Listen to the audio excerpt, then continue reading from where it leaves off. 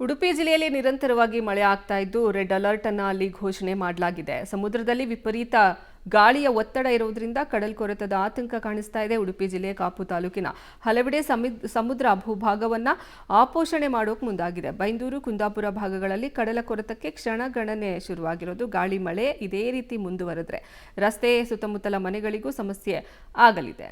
ಈ ಕುರಿತು ನಮ್ಮ ಪ್ರತಿನಿಧಿ ನೀಡಿರುವಂತಹ ಪ್ರತ್ಯಕ್ಷ ವರದಿ ಇಲ್ಲಿದೆ. ವಾಯುಭಾರ ಕುಸಿತ ಮತ್ತು ಚಂಡಮಾರುತ ವಿಪರೀತವಾದ ಮಳೆಯನ್ನ ಸುರಿಸಿತ್ತು.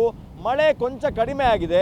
ಮಳೆ ಕಡಿಮೆ ಆದ ಕೂಡಲೇ ಪ್ರತಿ ವರ್ಷ ಅರಬ್ಬಿ ಸಮುದ್ರದ ತಪ್ಪಲಿನಲ್ಲಿ ಚಂಡಮಾರುತದ ಎಫೆಕ್ಟ್ನಿಂದ ಕಡಲ್ಕೊರೆತ ಶುರುವಾಗ್ತದೆ.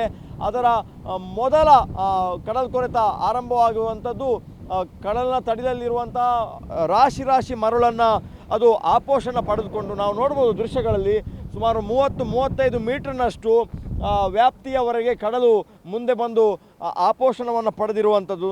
ಇದೇ ಥರ ಮುಂದುವರೆದ್ರೆ ಕಡಲ್ಕೊರೆತ ರಸ್ತೆಯವರೆಗೆ ಪಕ್ಕದಲ್ಲಿರುವಂಥ ನಾವು ನೋಡ್ಬೋದು ಮನೆಗಳು, ಅದೆಲ್ಲವೂ ಕೂಡ ಮೀನುಗಾರರ ಮನೆಗಳು ಕೇವಲ ಒಂದು 50-100 ಮೀಟರ್ ದೂರದಲ್ಲಿದೆ.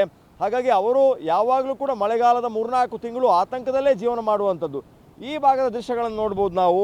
ಈ ಕಡಲಿಗೆ ಉದ್ದ ಕಲ್ಲು ಅಂದರೆ ಐ ಆಕಾರದಲ್ಲಿ ಕಲ್ಲುಗಳನ್ನು ಹಾಕಿದ್ದಾರೆ.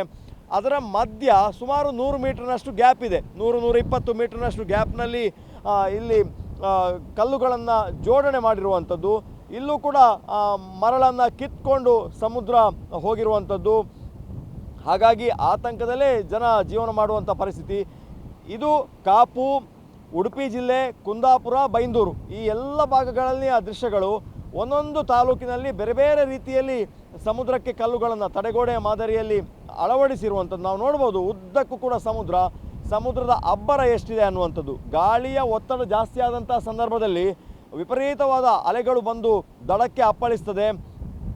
1000 kg ತೂಕದ ಕಲ್ಲುಗಳಿದ್ರೂ ಕೂಡ ಅದನ್ನು ಎಳ್ಕೊಂಡು ಹೋಗುವಂಥದ್ದು ನಾವು ನೋಡ್ಬೋದು. ಈ ತಡೆಗೋಡೆ ಹಾಕಿದಂಥ ಕೆಳಭಾಗದಲ್ಲಿ ಯಾವ ಪ್ರಮಾಣದಲ್ಲಿ ಕಲ್ಲುಗಳನ್ನು ಸಮುದ್ರ ಎಳ್ಕೊಂಡು ಹೋಗಿದೆ ಅನ್ನುವಂಥದ್ದು. ಅಂದರೆ ಕಡಲಿನ ರಭಸ ಅಷ್ಟಿರ್ತದೆ, ನೀರಿನ ರಭಸ. ಅದರ ಜೊತೆಗೆ ಅದರ ಬುಡದಲ್ಲಿರುವಂತಹ ಮರಳನ್ನು ಜಾರಿಸಿಕೊಂಡು ಅದು ಸಮುದ್ರದತ್ತ ಎಳ್ಕೊಂಡು ಹೋಗ್ತದೆ. ಇಂತಹ ಸಂದರ್ಭದಲ್ಲಿ ಎಷ್ಟೇ ದೊಡ್ಡ ಬಂಡೆಗಳನ್ನು ಹಾಕಿದರೂ ಕೂಡ ಸಮುದ್ರ ಅದನ್ನು ಎಳ್ಕೊಂಡು ಹೋಗ್ತದೆ. ಹಾಗಾಗಿ ಲಾಕ್ ಸಿಸ್ಟಮಲ್ಲಿ ದೊಡ್ಡ ಕಲ್ಲು ನಡುವೆ ಸಣ್ಣ ಕಲ್ಲುಗಳನ್ನು ಜೋಡಣೆ ಮಾಡ್ಕೊಂಡಿದ್ದಾರೆ.